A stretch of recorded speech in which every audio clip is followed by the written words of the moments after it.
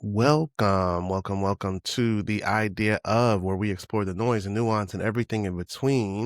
I'm Mike, And I'm Bassey. and this is a space where culture, creativity, and conversation collide. Happy holiday time. Is it? Oh, yes, it is. It is Thanksgiving week. That's right. I had to drive to York yesterday to pick up Alawe. Mm, Probably why, okay. partly So why the I'm so tired, I think. It's the not like a boys bad are back drive, but it's a home. long drive. You know what I mean? Like it's not a bad drive, but it's just a drive. I don't Yeah, know if that makes sense. I always end up so exhausted. It's like, why am I so tired? It's like driving to Baltimore and back. yeah. I think How it's is it? crossing the state line makes me more tired. It's just only an hour and a half from you? Yeah, about on really good traffic day, it's an hour and a half. On a bad one, it's like two. I can't even imagine what part of Pennsylvania is an hour and a half from Maryland. Like, But here's the thing, though, it's an hour and a half from Maryland, but if he were to take a train back, mhm. it's 4 hours. He'd have to go to Philadelphia, and from Philadelphia, take it the Amtrak down, or take an Uber to Baltimore.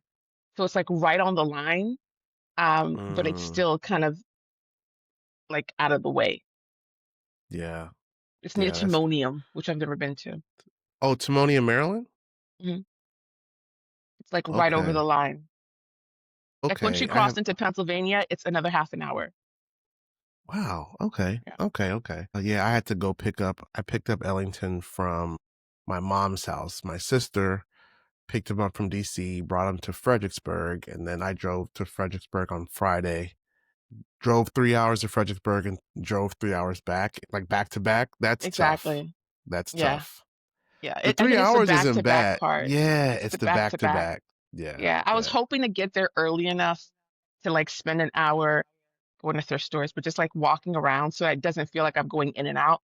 But I got on the road a little bit later than usual, and he finished because he had the one-on-ones with the coaches. Oh He had yeah, his yeah, yeah. one-on-one. Yeah, he had his one-on-one, and it ended earlier than. So as soon as I got there, like I was about to turn into the parking lot, he's like, "I'm done." I was like, "Oh crap!" Yeah, yeah. Yeah, I think Ellington has his when he gets back. Um, apparently, I don't know if you've heard, but I guess they have a big like soccer thing on Thanksgiving morning in Bowie. And Oh, so there's like I think they have it every year. It's just is that okay? like a play date almost, an adult play date. Because he was like, "Oh, I'm going to the field." I'm like, "Really? You're only home for a week. What are you going to the field for?" That's probably why. That's Yes. probably why. So we That's are cute.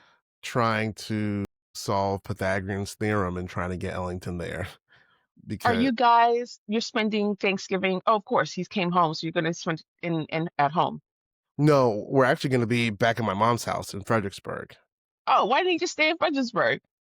Well, I picked him up on Friday, and it was, that would have been a long time for him to be at my mom's house. He'd have been bored to tears. Mhm. Um, he wanted to get home and see his friends, and this is the first time he's been home since he left in August. That's right. So that was new That's for right. him, and then he got to hang out with his friends, so that was cool. But I guess the play date, the soccer Play fest is Thursday morning, like before eating. And so, Fredericksburg is a good solid hour and 15. Yeah. So we're trying to figure out like, do we could drive him from Fredericksburg to the metro in Springfield and he could just maneuver his way over to New Carrollton and have somebody pick him up. Yeah. Um, but he wants to drive his car separate from us, and then it's just too much. It would just be too much finagling because he's not coming back home after After. Thanksgiving. Like after Thanksgiving, we're gonna spend a couple days in my mom's, then drive to Tidewater, Virginia, to hang out with Danielle's parents, and then Yeah. Danielle's sister is bringing him back to school on Sunday. So it would just be too much fun. We're just trying to figure it out. I know it means a Yeah. lot for him to try to get. He really wants to play with the Bowie boys, so Yeah. figure something out. I didn't know that was happening. I was wondering. I thought he was just going to train because he had a really good meeting with his coach. Like he told me like everything. I was like, "Oh my God, look at you growing up." like being Being very, communicative. yeah, like he knew exactly what the issue was. He was able to Mm, articulate it, and that's good.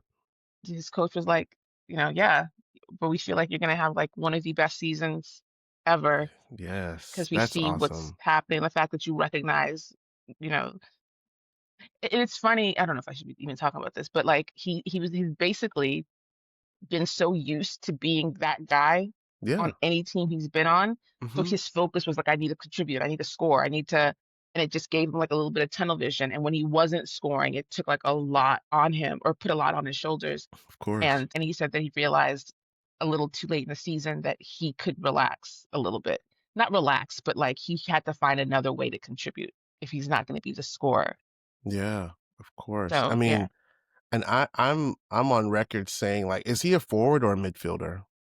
I don't know. He plays he could probably do it all, but, yeah, what I see in the college game is the midfield is so important, and the midfield is where I don't know, like, where you see a lot of things breaking down on the in college soccer game because everybody's trying to figure out their role, right? Mm, Like, if you're a distributor, if you're every team needs, like, 3 good scorers, and everybody that's playing forward or midfield is oftentimes used to being the scorer.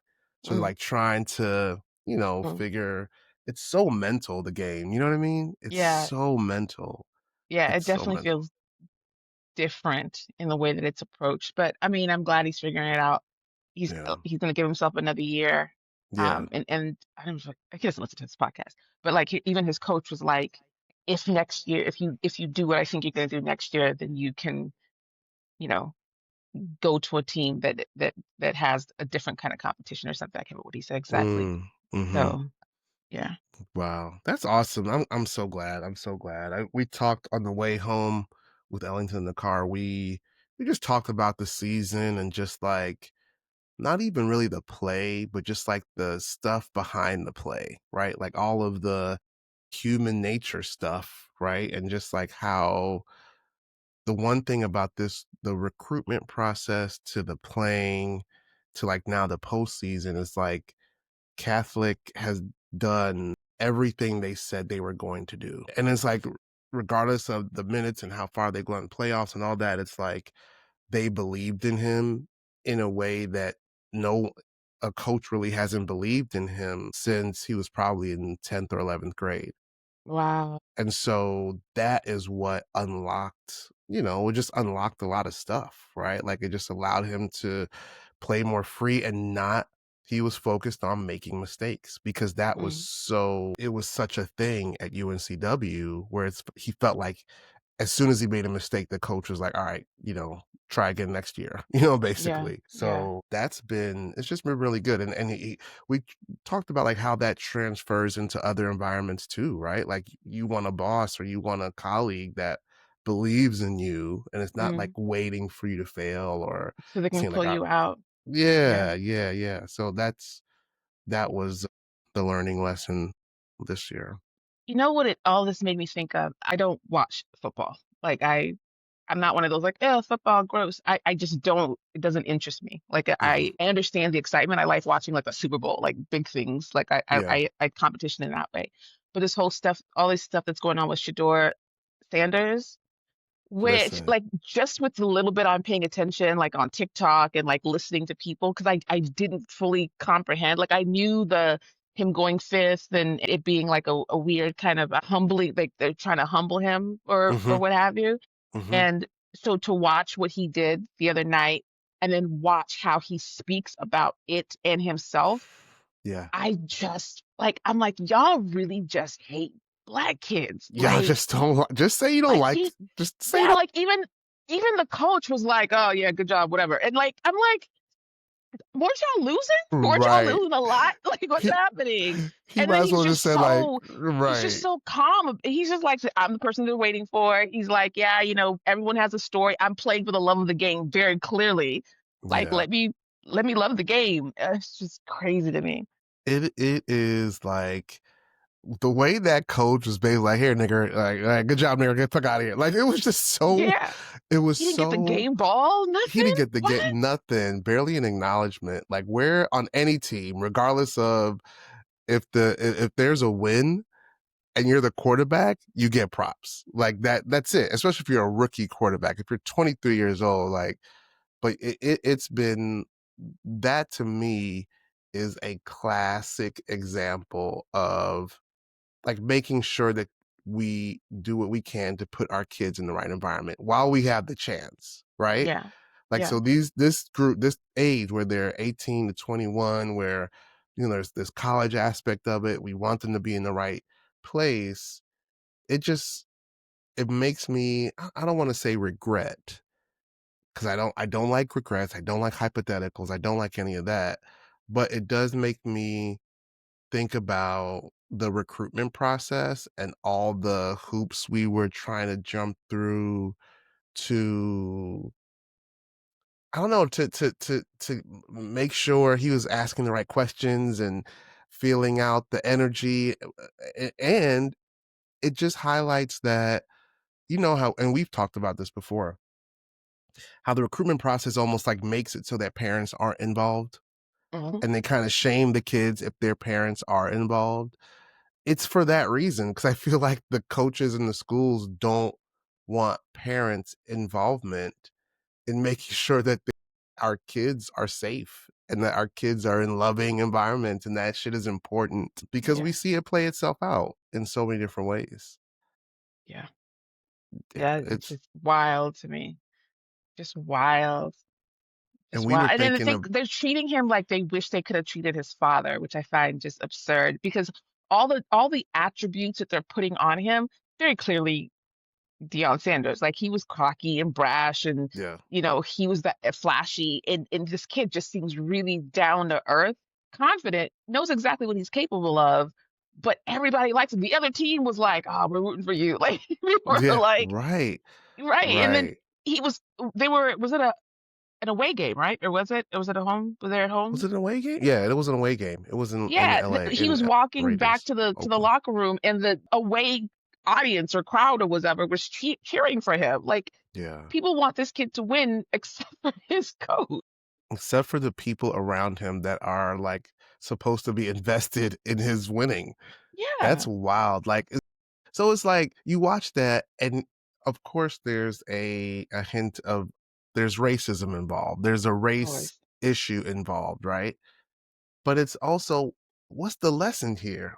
I'm trying to find the lesson that we could take for our kids, like for us, shit, like for us. If you think about how many environments I know, like I've worked in, where people like tolerate you Mhm. and like they don't necessarily like you. And I've been in a job where one of my managers told me like, yeah, y'all are too happy, and like we had a space in office space, there was like three of us in there, and everybody knew like in the building that this space was like the happy place. Like people came to our little shared office if they needed a break, if they just needed some, hear some good music, to get grounded, to get some advice. And one of the managers was like, nah, y'all too happy now, we gotta break this up. And they literally moved people. You know what I'm saying? And it just makes That's crazy.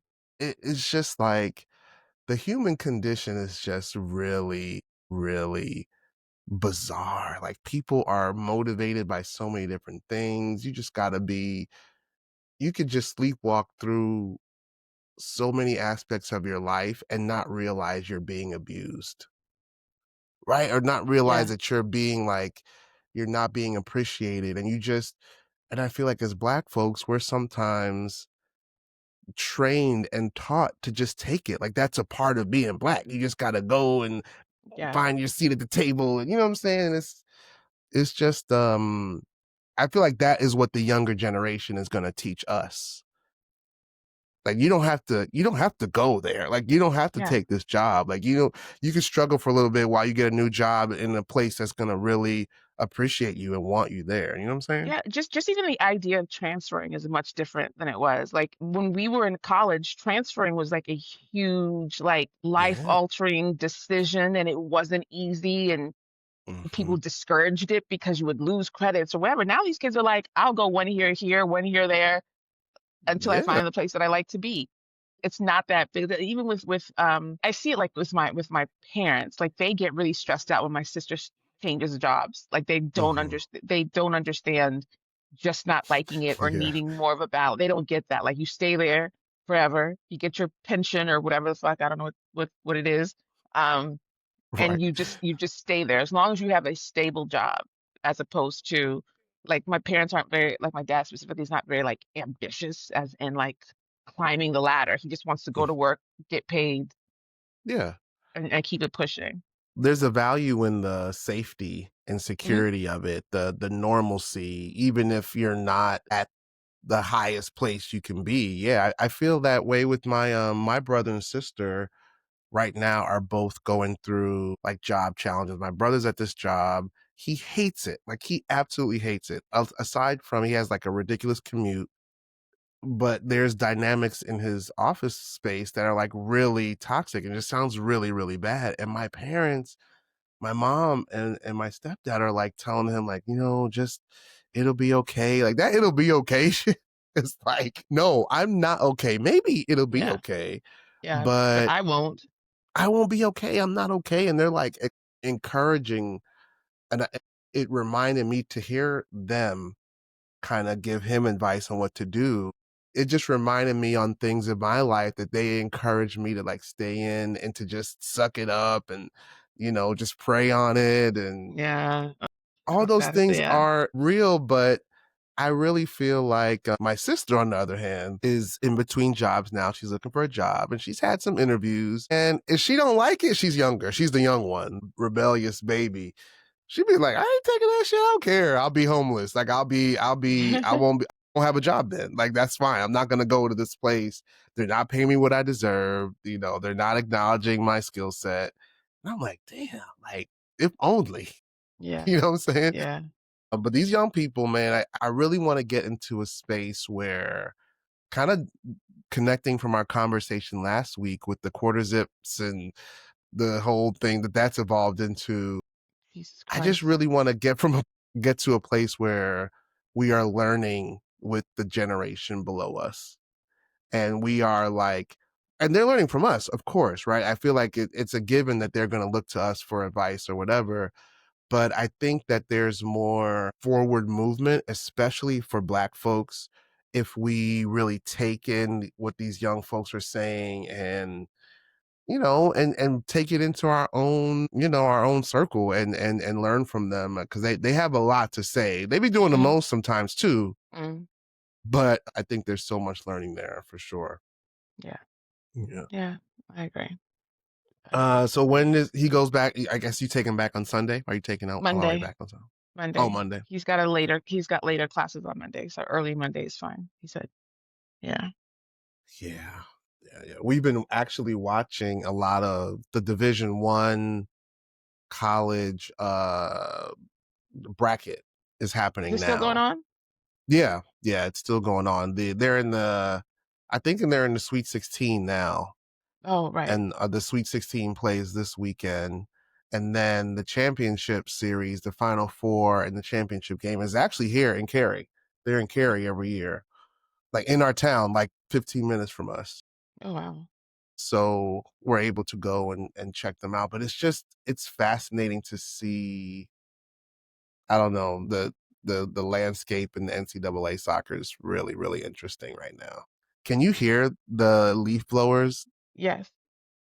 It's like they're like, haha, you're recording. We're gonna blow right It's not like underneath. terrible, but I can definitely hear it. I can definitely hear it. I hope that Riverside will take care of that, hopefully. But you know what? Going back to the quarter zip thing really quickly. Remember we had Yeah. the conversation about how people were taking it into like alt right pipeline or whatever. Yeah. And I Mhm. actually discovered where the source of that is the kid who started the whole thing. I think his name is Jason, this Ghanaian American kid from the Bronx. He's like the Mhm, guy who mhm. started it. He's the Yeah. quarter zip nigga now. Like he was that guy. But then there were these two twins from Nigeria, of course, who Damn it, like Nigeria. I know, right? Who co-opted the whole thing, and then they start doing the like, we're not thugs wearing Nike Tech anymore. We're gentlemen, right? Like they're the ones who start doing that. Then Oh, okay. they came from like under. and like they did a whole New York Times article and stuff. So people are like putting it on the main guy. I think his name is Jason. They're putting it on him when he was like, "Nah, I just got a job," and I was talking to myself, and now like I want to, like it was a different thing, and they took it and turned it into this like this Republican talking point and letting white people in their comments getting all crazy. So people kept like Mm. conflating, but they thought the twins were part of that guy, so they started putting it on that guy that he And was they doing kind of all this look stuff. similar, don't they? A little bit, yeah. The twins Yeah, are, because similar, but the twins are like smaller, like shorter and like stockier, but they do have, I can the see where same you kind of think little that they're fro. all, Yeah, yeah, yeah. I yeah, thought they were part of the same crew, honestly, until you me mentioned too, that. until I I thought they were the started same seeing crew. like different people like, why are you checking it? Why are you trying to do this? Why are you trying to, infiltrate using the same language? You're still, you're taking everything from it. And they're like, we thought it was a trend. Trend, this is how trends do. Like y'all acting like white people. So now I know why y'all on that alt-right pipeline type shit. Now I understand why people are saying this about y'all, but it's not, that's Oh not the, man, and the main guy's like, that's not what we were doing. That's what they're doing. And they're making it sound like we're all doing that, but that's not what it is. So that's so interesting. I fucking see the Nigerians. the quarter zip phenomenon is still like being discussed online. And it's so funny. My daughter, who's in eighth grade, showed me a picture of a group of guys, eighth graders, that did the quarter zip thing in school. I mean, you remember eighth grade, and Yeah. like it was hard to get our kid to wear pants, let alone slacks, hard Yeah. bottoms. I mean, I just think there's just no harm in it in its purest way, right? Like I'm sure Yeah. everyone's gonna bastardize everything, but in its purest form, like And what's the did problem? I saw a white kid who had on Nike Tech, had his hair in braids, had like a stack of money, and he was like, "Ah, blah, blah, blah," and then and now he's a quarter zip guy. He's reading a book. I'm like, okay, y'all fucking ruin every goddamn thing. Like, do you not understand? Like, you don't understand anything. Like, y'all Yo. don't understand any context or anything. You just jump on trends and you think that this makes sense. You don't think this is racist? Okay. Wow.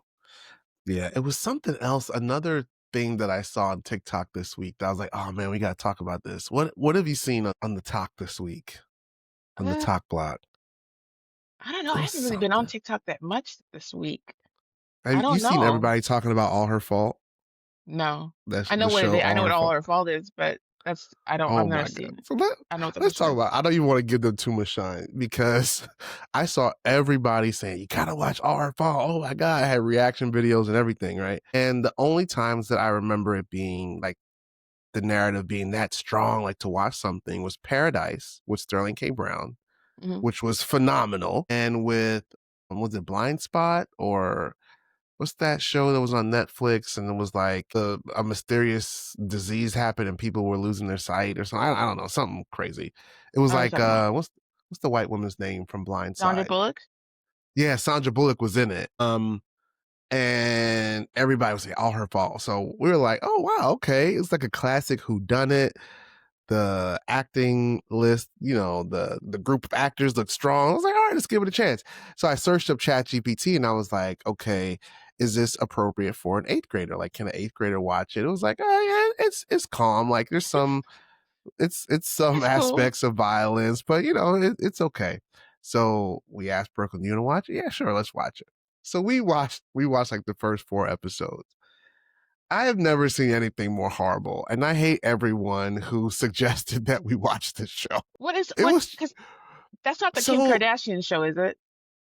no, no, no, no, no. I seen the commercial for that. This show was like the first 10 minutes are so gripping, like it gets you, right? And it's the Mm-hmm. premises a woman is picking up her son after a play date, and the mother of the son who her kid was playing with said, oh, pick up your kid from this address.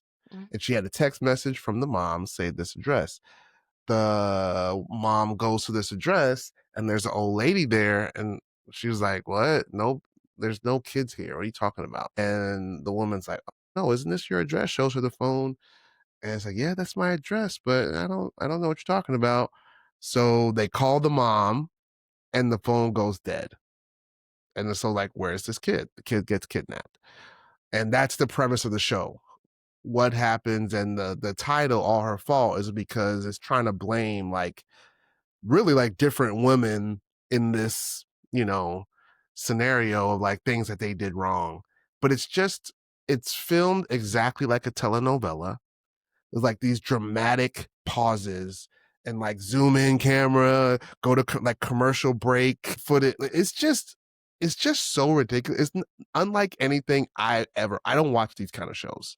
It's Yeah. like a nighttime soap opera. It's like Knots Landing or Dallas Falcon or Crest. Falcon.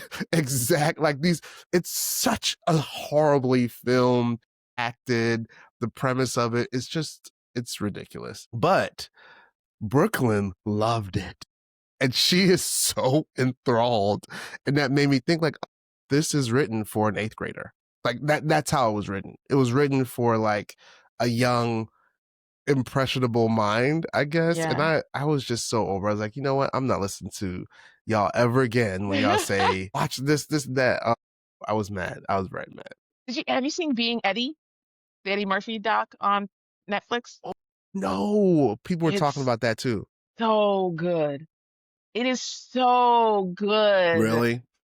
my God, Is it's it so good. multiple? Is it one long document or is It's it yeah, it's just episodes? one, it's like 2 hours, maybe an hour and a Okay, okay, half. okay, But it is okay. so good. I forgot, and I didn't forget. I knew, but it's always very frustrating to me, especially being on TikTok, where people don't know these kids don't know how important some of these older black people were.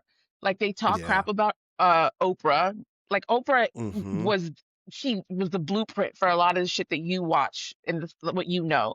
Whoopi Goldberg, Eddie Murphy, Bobby Brown, like these people who were huge. Like someone was talking shit about it was some rapper, it was Busta Rhymes. I was like, Busta Mm-hmm. Rhymes owned 2000, 2001. Like these are people Yeah. that were huge and innovative and doing things that you could not even imagine. And your faves exist because of them, but because they're not doing anything right now, or you don't think that they're worth anything right now, or you're making fun of Bobby and the way that he is, not knowing that he was that guy in the eight. Right. He was that Right. guy. And so to Yeah. watch it, I was there. I also forgot all of the things that Eddie Murphy pioneered and the grounds that he broke and just how different things were because he existed.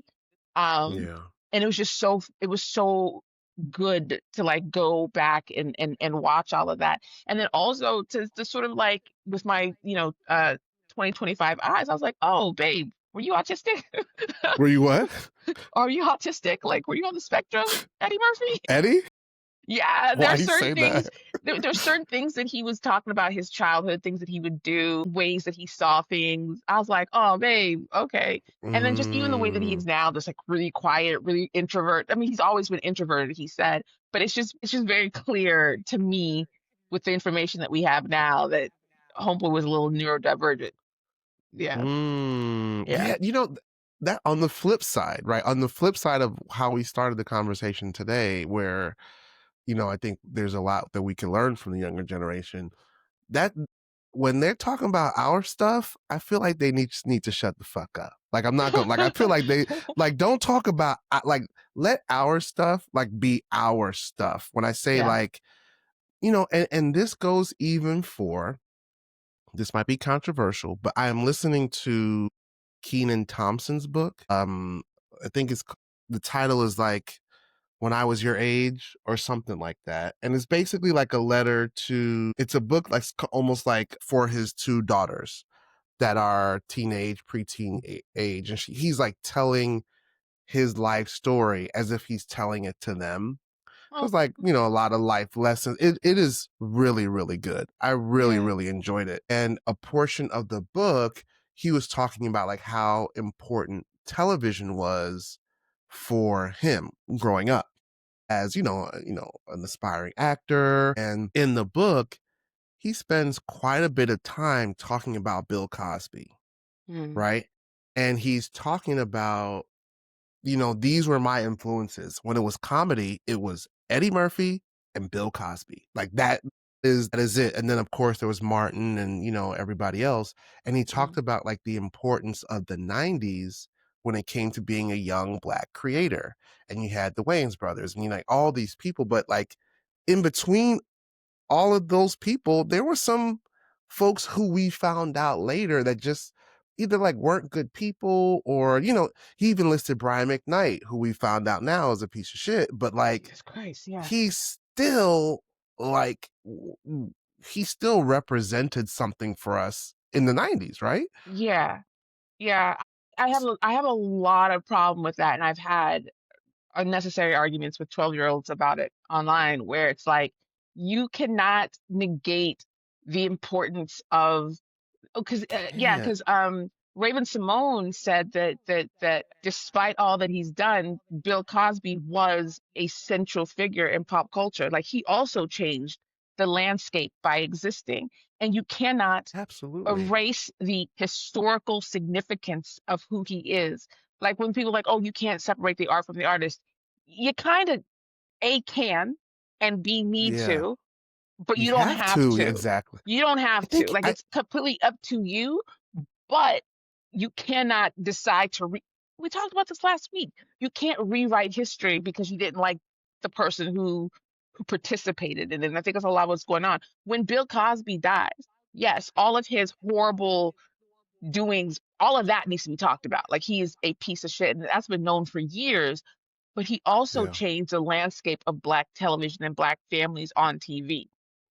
A without a lot of the things doubt. that you enjoy because of him, a lot of things you enjoy now are a direct result of that, and you cannot dissect that or bisect that and move that to the side and still think you can appreciate the the history changing things that occurred because of it. Yeah, absolutely. I mean, and even beyond that, I was thinking specifically of Bill Cosby.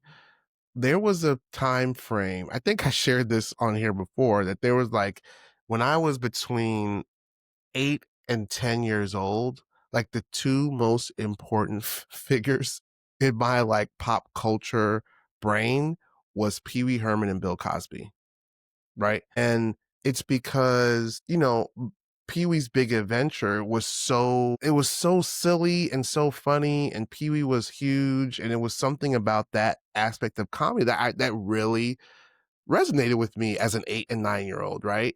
And then Bill Cosby himself, that stand-up special where he was in the brown suit sitting on the Yeah, stage, like that yes, is pure entertainment for me. Like to this day, when I get on stage or when I'm doing or hosting something, when I'm talking to a group of people, like I want to engage with them like Bill Cosby himself in that special. yeah.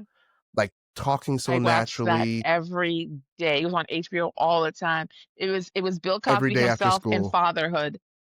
That was Those are the things. Fatherhood, Yeah. what's that? What was that? Fatherhood was, I think, it either came right before or right after.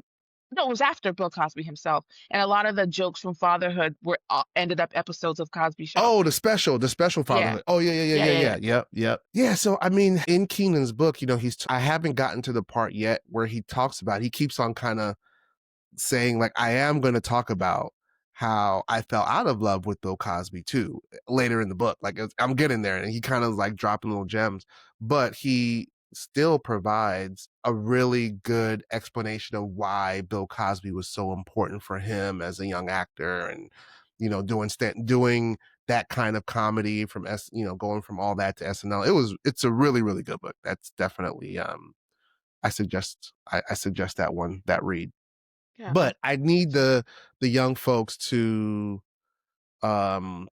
leave our icons alone, right? Just let Jay-Z had a line is like I think is a line from a movie, and it's like you live long enough to see yourself become the villain or something like Hmm. that. Like Hmm. regardless of how good you are, eventually, like we're all going to be the villain in someone's story. Hmm. And We're singing with Jay-Z too. yeah, yeah. I mean, Beyonce, they like is they're it's easy to do that, I think, when so many of our icons have lived the second part of their career online. Hmm. Like the Hmm. first part of their career was all analog. It was videos, it was whenever you caught them in concert or on MTV, but the second half of their career where they're not as, where they're not Visible. as active, where they're active in a different way, they look like pieces of shit. And it's just Mm. like, okay, it's hard to judge based on a small window of these icons' careers. I don't think we ever, and correct me if I'm wrong, and it might be, hindsight, but I don't think I ever knew, but also concerned myself with like the goodness of the celebrity that I Mm, liked. Didn't, not that it didn't concern me, but you didn't know. Like I could yeah, imagine that like someone like, I don't know, Ozzy Osbourne wasn't a good person. I don't know, God rest his soul, but like I could, because of the music he made, I could think that, and then come to find out later that he's yeah, probably the nicest guy in the world. But it didn't.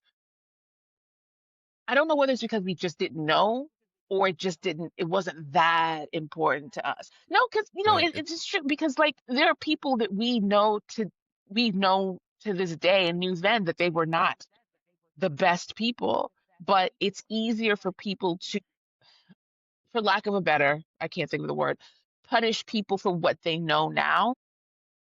Hmm. Like there are people that if they lived to be around now, people would treat the way that they treat the living people now. But they were just as like gross. Like I love Sam Cooke. Sam Yeah. Cooke is my number one ever. I read his book or read the biography about him, and I was like, oh, you're terrible. Oh, you're You're horrible. a whole animal. You're a terrible human being. Like you're awful, my guy. But you're Sam Cooke. Yeah. But I feel like if he was alive Yeah. now, people would be like, fuck that guy. But they don't, they allow Yeah. themselves to compartmentalize because they weren't around or they, whatever. But James Brown was a horrible Yeah. person. It was terrible. Yeah.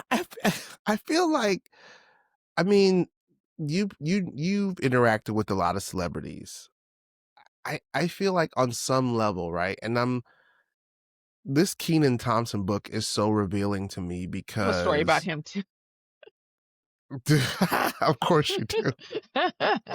I have always really liked Keenan because like he really seems like a regular ass dude, right? And like what the way that he's funny on SNL is like my kind of funny. I just like it. He's just like an He's a regular easygoing, guy. Yeah.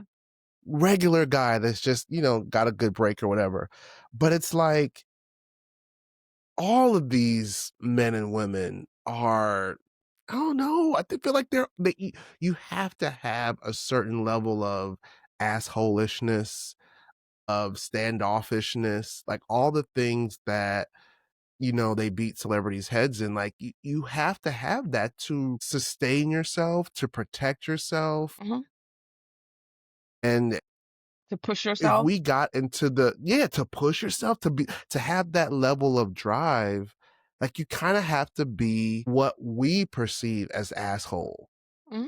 But I don't think it's that simple. And I don't and I hate to see when these these young people, folks, kind of like villainize people without understanding their entire, like everything that's going on in their life, which, Yeah. like you said, like, does it matter? Like, do we need to know what kind of day Common is having if we see him in an airport? Like, I don't know. It's just conflating people, or our idea of people, with what we consume from these people. And I Well, feel like we need to separate that. I think it's difficult because people have like this sense of ownership of people. And this is something that let me just be very clear. I am not a celebrity. I am not famous. I am not any of that. But I am a You're little bit you're more quasi visible. celebrity. I've been in my life a bit more visible than the average person, right? Right, right, And right, right. I had to tell somebody once, I had to tell myself actually, because I used to feel bad when I didn't have the energy that somebody was presenting to me. But then I had to like, you, when we're looking at celebrities, we see them every single day, or we're seeing them. So we think that they're seeing us too. So we approach them like we've been watching each other, when you are a Like, whole ass hey, what's stranger, up? Right. you're a whole ass stranger. You don't like your coworkers talking to you in the office, but you're gonna run up on because you like their music and then have an attitude when Right. they don't match that level of that energy. It's impossible because you know how many people run up to them thinking like, hey, like it had been 15 people before you who ran up on them. You are not the first person. You're also not special. A lot of people feel like they're special, like, oh, they're gonna recognize that I am a real fan, or they're gonna recognize that I am a, they don't know you. They don't know anything about you. Right. And one of the things Nothing. that I've done, because I don't remember where I heard this from, but like when I see somebody in public, like a like a famous person, let me just be very clear. I'm saying this as someone who has only seen like I've been around people that I admire a lot, but around them in a way that makes it a little bit more easy to like interact, as opposed to like Yeah. walking down the street and be like, oh my God, you know what I mean? Like that kind of thing. But I've Right. trained myself to either just kind of like acknowledgement or like a nod, like, and keep it going.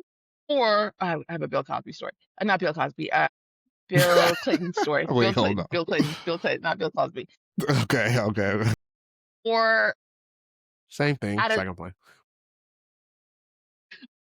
when I was like, if I'm like at a restaurant or something, what I've done in the past is I will call the waiter over and I'm like, you know, that's so and so. I already know. What are they drinking? Can you get them a drink and just sort of like just an appreciation of who they are, what they were, don't want to bother you, da da da da. And I've done that before, sent a drink over or sent like, you know, something like that via the waiter. So it's up to them. They can either Yeah. wave or whatever, or they can come over. I can't remember who came over. Somebody came to the table like, oh, thank you, so nice. Da, da, da, da. But like, just leave them, treat them like a normal human being. And I say this as somebody who has, again, I don't know what I would do if I met, who am I even into right now? Like if you had a chance to meet Kendrick or Tyler. Well, oh, Tyler. The thing is, I for Kendrick, I can already. Kendrick is a I was gonna say this is a little guy, but like he seems like he seems a little neurodivergent himself. Like I would approach with caution or not See, at this is all. why he got kicked out of the Kendrick support group. I know, I know, I know. All those Oh people are getting man. exposed. Did you see that? Did you see No. that? So What on happened? Twitter now, Elon made it so that like the country of origin shows up on your profile. So all of these motherfuckers who are like bitch niggas da, da, da, da, from like India, from Saudi Arabia, they're from goddamn Germany, they're from the United Arab Emirates. Like they're these are not Black American people. They're not Are Black you American talking about yeah, serious? talking about girl, I was so mad. I wanted to hop back online and like cuss everybody out. Like, how dare you fucking bitches? I'm an actual black person and you're out here throwing me out of the Kendrick Lamar group See, because you're mad I see, defended that's what. Wale. All these niggas are Never read even the comments. and a lot of the and it's funny because like all of the Drake Stan fans were like, ah, these are the real Kendrick fans. They're all da da da, and then switch over like y'all niggas are all from Kenya. What are you fucking talking about? Like y'all not like us either. Like what the fuck? Probably not a lot of Nigerian Drake supporters. I feel like there's a parallel there There are a based lot. on. It's actually ridiculous. Oh, But I oh. don't So remember what my point what's your was. Keenan story? Can you share your Keenan Oh, it's story? mild. It's mild. It Oh, okay. was the second semester, second season of Deaf Poetry, and he was on it, and it was right when he started on SNL. Like he was still Keenan and Mm, Kel, Keenan. Like he wasn't Keenan from SNL. uh-huh. And I was walking by, and he grabbed my hand and he was like, "Hey," and I was like, "Hello, Keenan and Kel. Like, what's up?" Because I Hello, couldn't. I Keenan and he hadn't been Kel. on SNL yet. I think he just signed, but I hadn't actually watched or anything. And he just started chatting me up or whatever, and I was just like, "Oh, come on, Keenan." But because he was Keenan, he was Keenan and Kel. Like there was no That's wiggle to a so Keenan and funny. Kel. It was cute though. He was cute. He was sweet. He's a In his nice book, guy. he He's a very talks nice guy. about like that's hilarious. In his book, he talked about when he first moved to New York, and he was like he talked like dating and like girls and like how he approached them. Based on what you just described, it's very parallel to how he talked about himself in the book. Like he had a lot of confidence. Like he wasn't like, people saw him as like this chubby, young face guy. But he was like, that didn't stop me from getting girls. Like, Yeah. so it He sounded like, he did this thing when he was walking by. He did this thing like this, and I thought I had something on me. So when I went like this, he grabbed my hand. I was like, "Nigga, why? What?" But he was cute. you He was got cute. you got you got gained by Keenan By by Keenan and Keenan, Kel. Keenan and Kel. That I is like Kel. I was like, funny. "Where's That's Kel funny. at?" He's the one I like.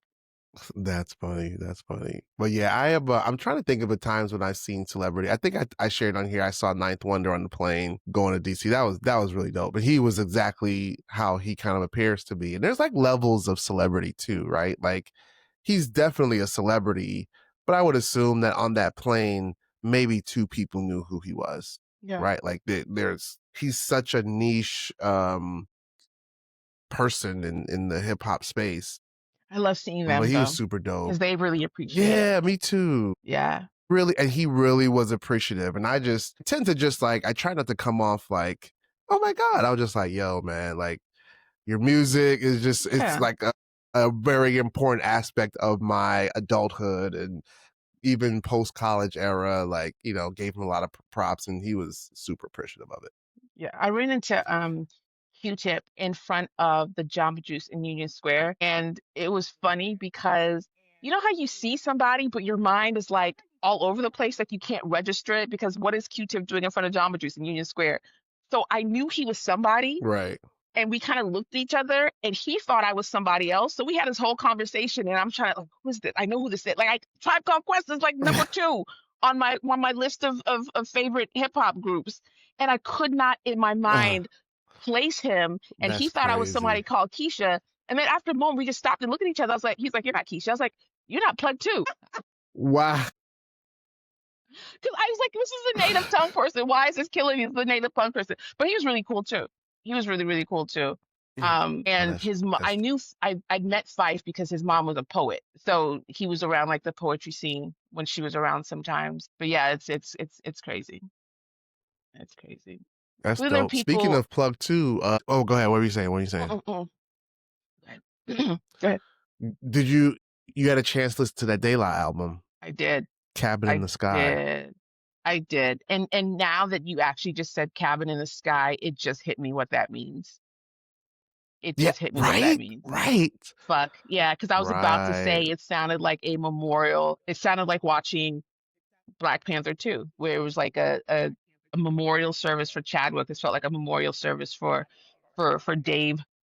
Yeah, I like it a lot. My problem though when it comes to De La is that Stakes is High is my it's like it's top five best albums of my life, and then like top yeah. three hip hop might be one. It fluctuates like because I don't really rank things, but it's like up there. So I cannot help but every album that's come out after Stakes is High, my brain it takes a lot of time for me to adjust because I just think Stakes is High is just it's just a single like just one of the best That was such albums an awesome ever album. made. I think it is brilliant. I think it's just fantastic. So I can't help but compare at all times, and I hate that. But this is objectively a really, really good album, and I really appreciate what Nas is doing with these older Oh my gosh. hip hop acts and giving them like a chance to breathe.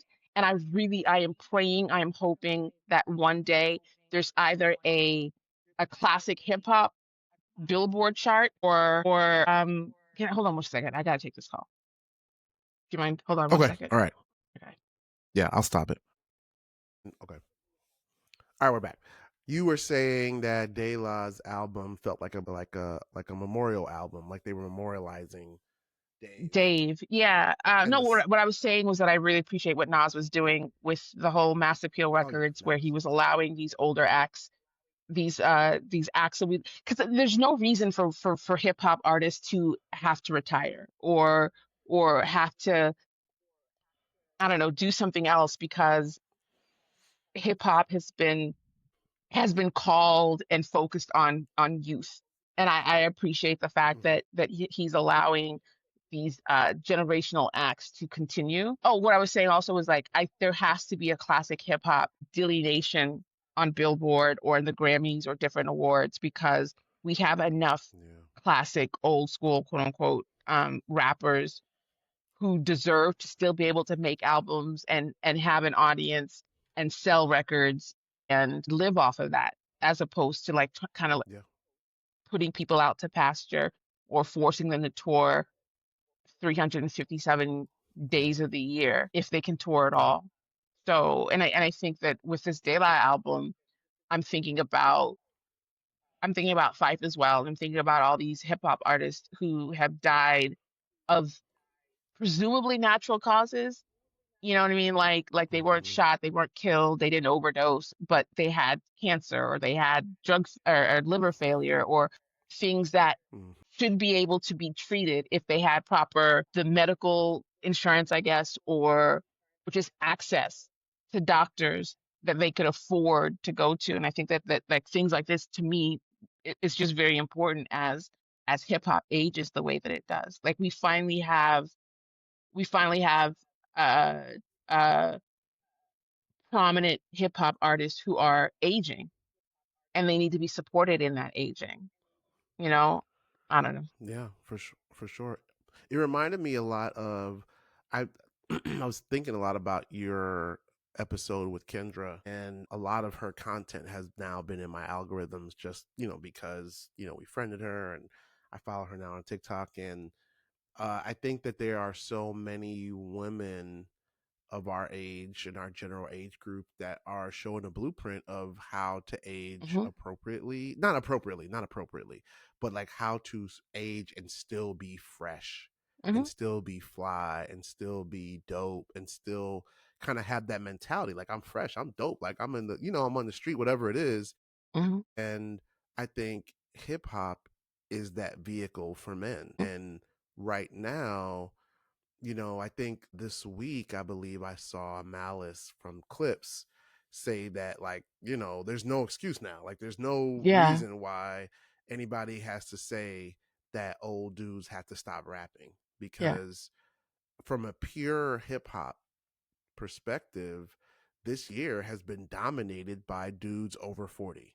yeah. Like, Or late hands 30s, damn down. near In 40. a, yeah, yeah, for sure, for sure. I mean, you know, I also saw another tweet this week where folks were comparing the Nas and Jay Z kind of battle, where it's like, man, someone said like, man, I wish the sentiment was like something like, man, I wish I was a Nas fan. I wish I supported Nas after Ether, like the battle, Mm, because the way that Nas is feeding his fans right now mhm, is really what we wish how Jay-Z would be feeding his fans in terms of the music and putting a verse and dropping 5 albums in the last 3 years. And he's had 4 or 5 guest verses this year that have all mhm. been ridiculous.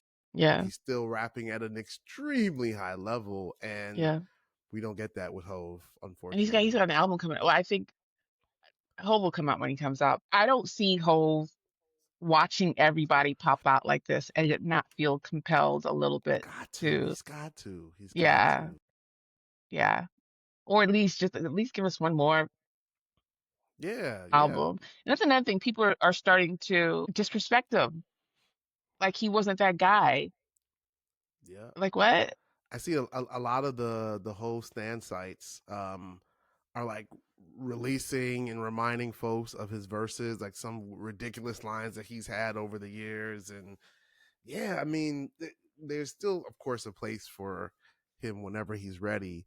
I just Yeah. wonder if he's, prior to the clips, honestly, I wonder if he was motivated by what was happening in hip hop. I'm thinking he wasn't motivated by it, but You think he now, wasn't? yeah, before the clips went on their run, Oh, okay. before, I mean, we got albums this year from Ghost, from Raekwon, from Big L, Big L, Slick Big Rick, L, LL. and the albums were all good.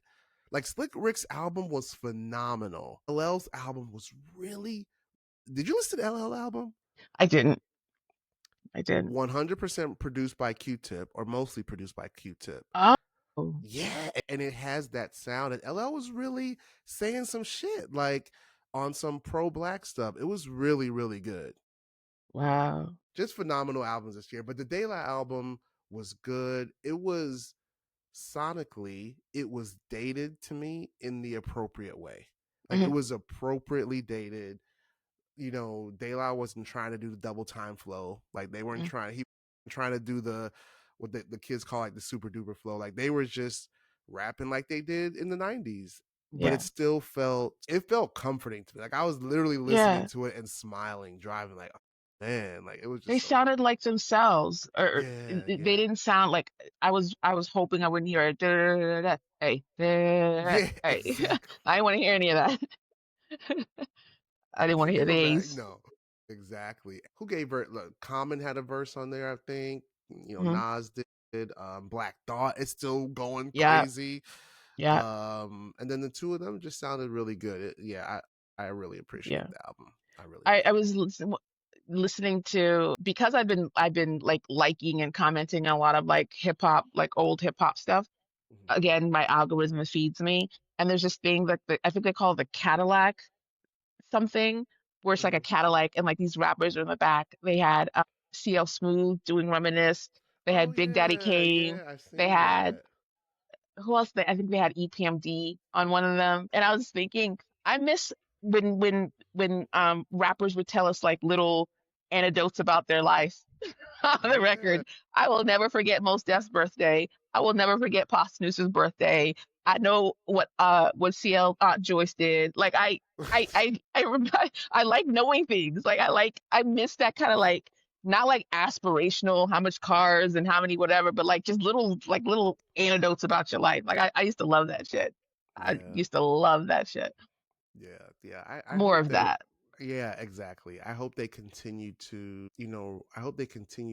release at the same clip, and like they continue, like we don't have to wait, 3 years to get an album. Like, just put it out as they feel. And Yeah. I think that there's such an important oh yeah, what I was saying, like the blueprint for men our age, and how to not necessarily dress and talk, but just like how to mature and still Yeah. be hip hop, Yeah. right? Like hip hop is not, for the kids, but there is a way to engage in hip hop. And here's a prime example of what not to do. And I'm sure you've seen it. Your Uh-oh. boy Joel Santana. Have you seen this clip going around? About how you shouldn't read. Yes, how reading is not important. Now, I saw the clip and Why I you say saw my boy? I don't even know who that man is. I know him from Love and Hip Hop. That's all I know.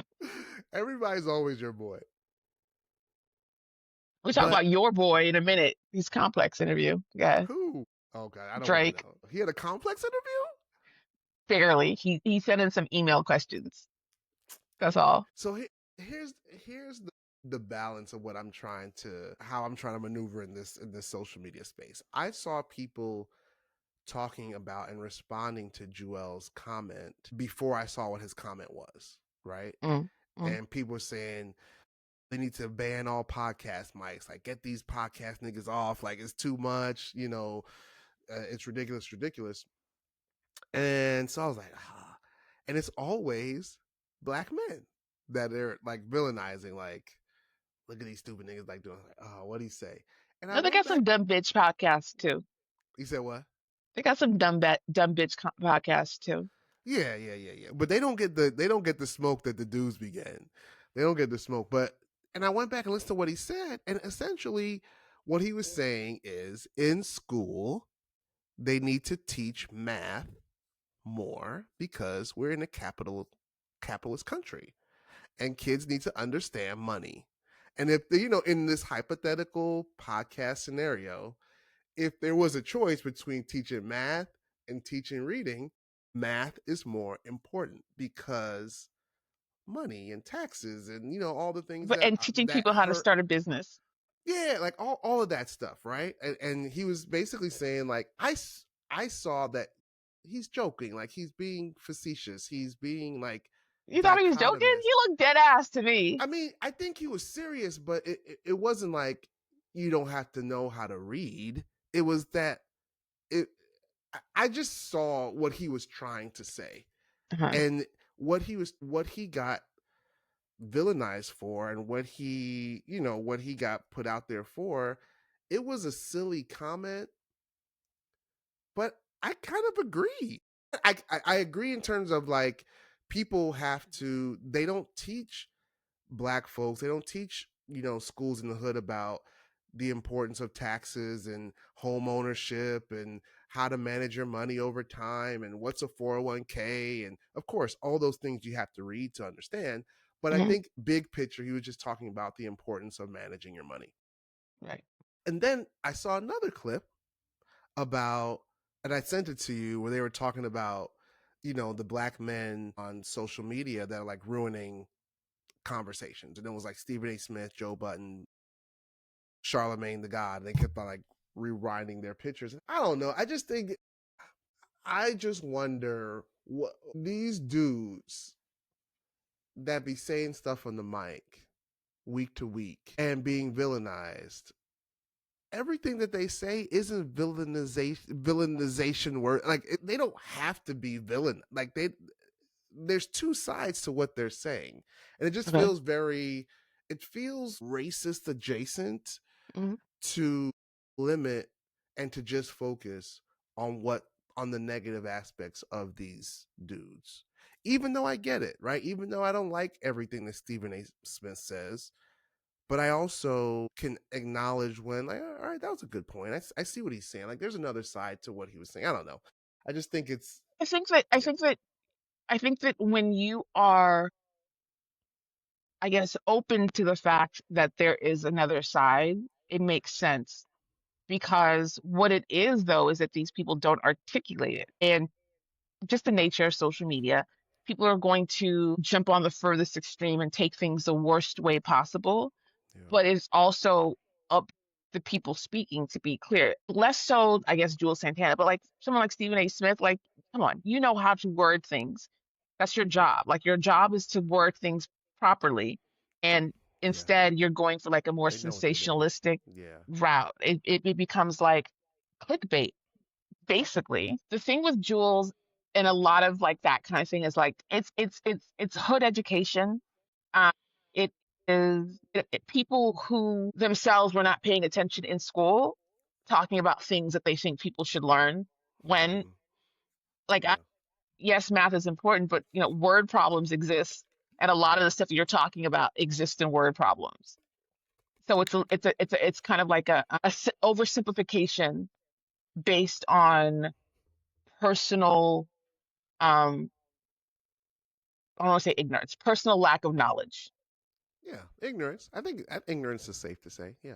Yeah, just the negative the specific negative connotation on ignorance. Okay, here's where I'll concede. I think that people find it far too easy to make fun of people rather than trying to understand Where where they're someone's yeah, coming from. yeah, A yeah, lot of yeah. that comes from, like, okay, people are obsessed with like humbling Beyonce. Black Mm-hmm. Mm-hmm. women, black men, white women, white men. There's always people Mm-hmm. who are very, very into humbling because everyone wants to say, well, yes, there are billionaires who are beautiful and have this and have that and have this, but at least I take my $20,000 a year job because I'm happy or I'm peaceful, or something like that. Do you know what I mean? Yeah, yeah, There's always like I get so frustrated in like comment section of things because somebody will have like, oh my God, I'm so excited. This thing happened to me and I'm just so everything's great. And then a comment will be like, well, I don't know. yeah. You can stop right there. That's it. People takes other people's moments, and instead of saying you like, wow, that's great for you, they'll be like, well, I Yeah. Or dot dot. they'll say that's great for you, but have you considered the fact that people don't know how to live with trees or some shit like that? And Right, I'm like, nigga, right. that's Yeah, not what we're yeah, talking about. yeah, Like, yeah, or oh yeah, my God. Oh my God. the ones where I feel like we talked about this before, but it irks me so much. I talk about it all the time when somebody is like creating something or making something or a suggestion. Hey, this thing worked for me. And then like people are like, well, I'm allergic to that thing. Okay, then it's not for you. Well, it's I not don't for what you then. it's not for you. Disengage.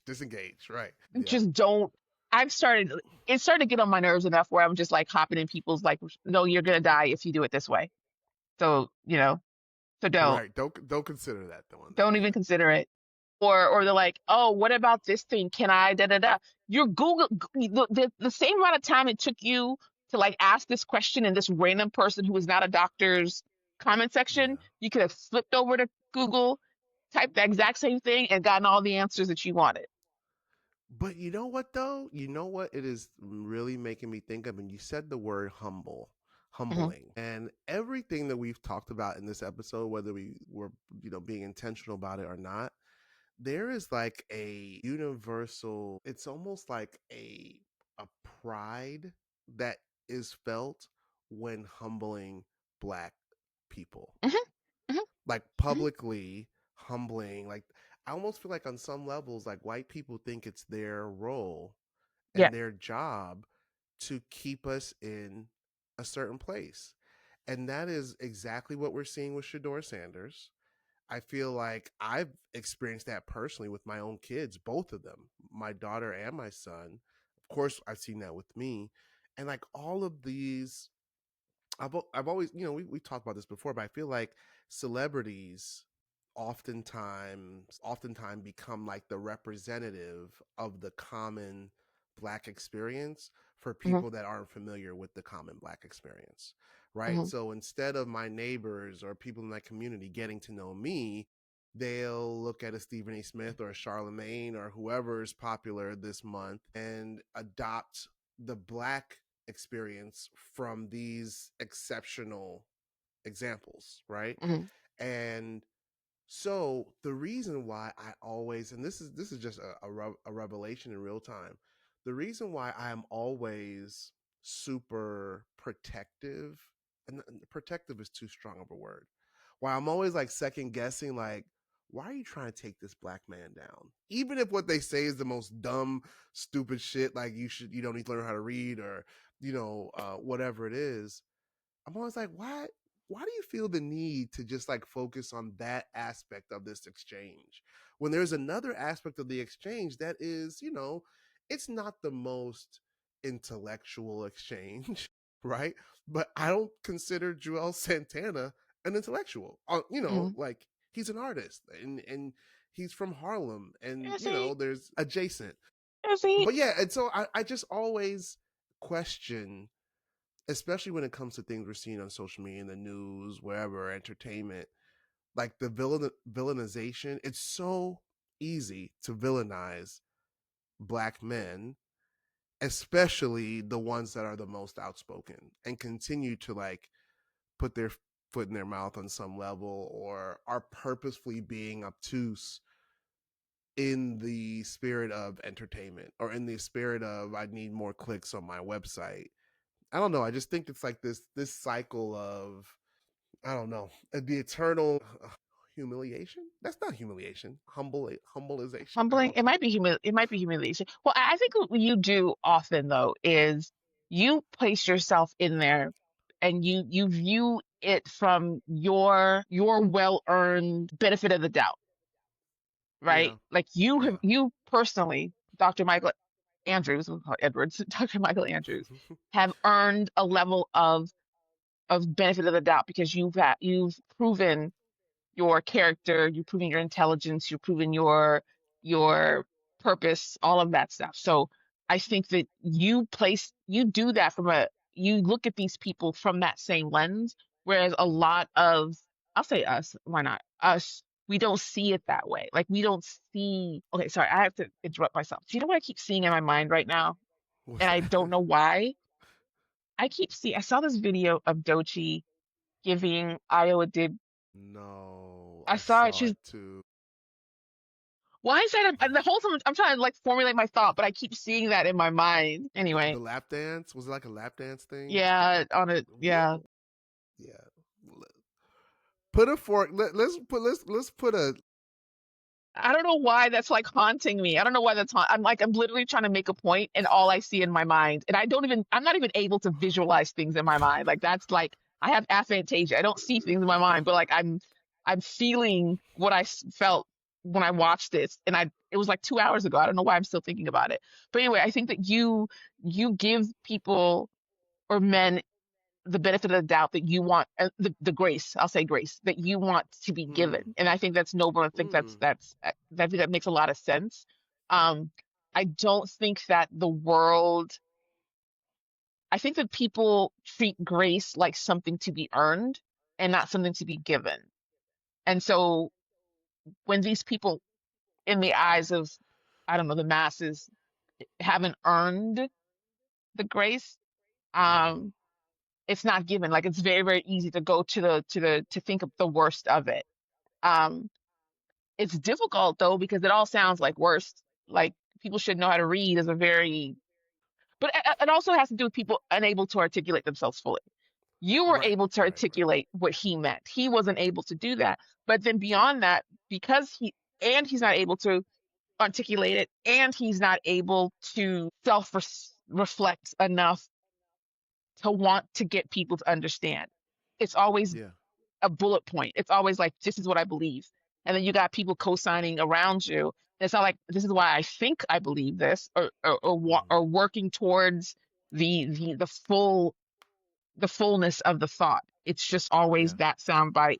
And like when people don't take it well, they double down on like the yeah, dumbest part of it and not trying to explain the things around it. That's a yeah, roundabout way of yeah. saying that. Yeah. No, yeah, for sure, for sure. And I do try to extend that grace, and I feel like that is especially, I mean, to black men and to black women too, right? Like, I think that that is important for in the content creation space for us to it like demonstrates the full humanity of artists as a reflection of the people, Hmm. right? And I always go back to the intro or the soundbite on Mos Def's album where he talks about people ask how Hip hop is doing. hip hop is doing what the people are doing and vice How the versa, people right? doing? It's How you feeling? right. Right. And so I think that, I do want to provide that grace and provide people the space to be wrong and still not villainized and still be like, yeah, that was a dumb statement or that wasn't like the most articulate way to make that statement, but I kind of see where he was coming from. I see what he was trying to say. I might have said it in this way, but it's still a space for people like a Joel Santana.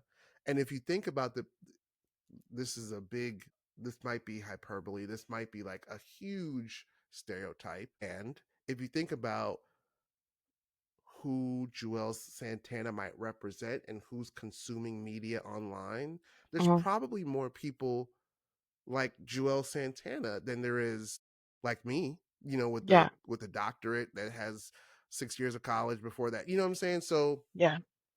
I don't know. I think there's a space for people to be. I think there's a space for people to make dumb statements, and Yeah. for us I not agree. to be like, take his mic away. Like, who gave these niggas money? Like, they should never. You know what I'm saying? I don't know. I'm just But you know what's I interesting? stay in that space. I think that the people who are the loudest about take the mics away are also the same people who are um quarter zips or respectability politics. They're the exact same people. Mm, And the way that they approach the conversations with people like Jewels, who is it Jewels, Jules? What is it? Is it Jewels? Joel's Santana. Okay. Yeah. People like that, right? The way that they approach those conversations gives the respectability politics that they say that other Mhm. more it's the same thing to me. And they approach it, they approach things like that as though the people are stupid. And then they approach over here like they're trying to protect people. It's very paternalistic and patronizing.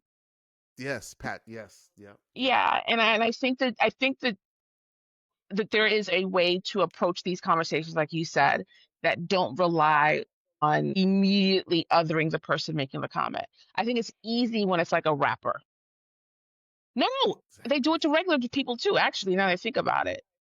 Hmm. I think it's all about people like to flex superiority. We talk about it all the time. Moral superiority, educational superiority, literacy, all of that stuff. Yeah. And there are people who would benefit from hearing things in ways that were clear. And I think that's why a Deontay Kyle and even a Rod especially are Hmm. important because of the way that they sort of brass tack things, and they come from a very every man way. I don't know if that's does that sound. I don't hope that doesn't sound patronizing. I don't mean for that to be patronizing either. No, But no, I I, think yeah, I I feel think like they the do. over Yeah. intellectualization of conversation makes it very difficult for people who A, don't consider themselves intellectual or who aren't educated in the same way. It takes away a lot of the learning part of educating people or teaching. This Hmm. idea that people should just get it and should just know, as opposed to the people who have like a different understanding or come from a different vantage point. It's not very inclusive. Yeah. It's not very community oriented. It's basically. Yeah. Yeah. I agree. I definitely agree on that. I definitely agree on that. Oh man, you know what? We forgot. We had a comment to read. We could read it on the next episode. You sure? You want to read? I can read it now. I just didn't. Yeah. All right, let's read it. Oh, you want to do It's it at the from beginning of our. each? Yeah, I want to do it in the beginning 'cause I want people to Okay. be able to hear it. Like if people, it's from Okay, let's do our it number next week. one fan, Yay Tunde, Yay, but Tuesday. We have she's to get her got on an but she, episode just to have her sit in. yeah, just to say what's up for Yeah. sure, for sure, for sure. Yeah. We do it next week. That's all I got. That's all I got. What are you gonna be at home for Thanksgiving? Yeah, for sure. Yeah. For sure. The holiday snuck up on me. It's already November. Didn't. Right. What is, because Gen X, the year anniversary of Gen X, which again is also very crazy, was this past Yeah. weekend. So when was our Yep. first Yep. episode? What's our year anniversary? Wasn't it like the week before New Year's? Didn't we say we wanted to start? I don't remember like the first one that we put out. I Oh, because feel we like did have it's like a bunch of test runs. yeah. I think the first one we put out was either the first like January 2025 or Yeah, like December 24th, 2024. yeah. Let me see if I can find it. I might be able to find it if I look up our episode. But yeah, it's coming up. It's coming up for sure. Yup, yup. It's almost been a year. All right, here we go. Our first episode was on December 24th, 2024. Yeah. And then It's December 31st was the idea of GNX, which is crazy. heavy. But we I think we Yeah. recorded it earlier though. I think I we feel like we recorded did. it earlier. Yeah, I think we Yeah, recorded it earlier. Yeah. yeah. But that was came out A on New year Year's ago. Eve. That's crazy. It's A almost been a year year. ago. Yeah. Wow. Yeah, we're doing it. We're doing it. We're doing it. We got folks that want to help us out. We got I think we have a good long we have a lot of content that has where we like continue to like define our voice. I think we're going in the right direction. I really do think like our content is evolving and I love bringing in guests. I think that's a really good idea.